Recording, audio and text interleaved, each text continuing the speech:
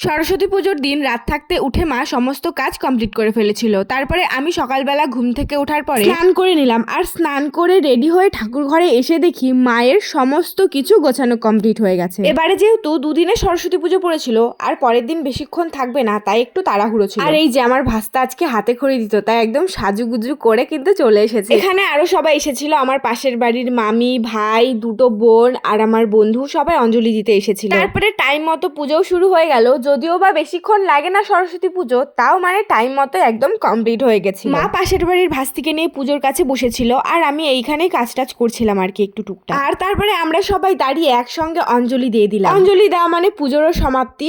যাই হোক, তারপরে পুজো শেষে মা দাদুকে প্রণাম করে নিল, আমিও প্রণাম করে নিলাম ঠাকুরকে। আর তারপরে মা প্রসাদগুলো তুলে নিল, কারণ অঞ্জলি দেওয়া কমপ্লিট হলেই তো সবার বাড়ি যাওয়ার পাড়াপাড়ি। এদিকে দাদুর প্রসাদ গ্রহণ করার পরেই আমি সবাইকে প্রসাদ দিয়ে দিলাম, মানে পাতা দিয়ে দিলাম। তারপরে মা আমাদেরকে সবাইকে প্রসাদ দিয়ে দিল, আমিও বসে পড়েছি। এরপরে যা যা করলাম নেক্সট ব্লগ আসবে। জয় মা সরস্বতী।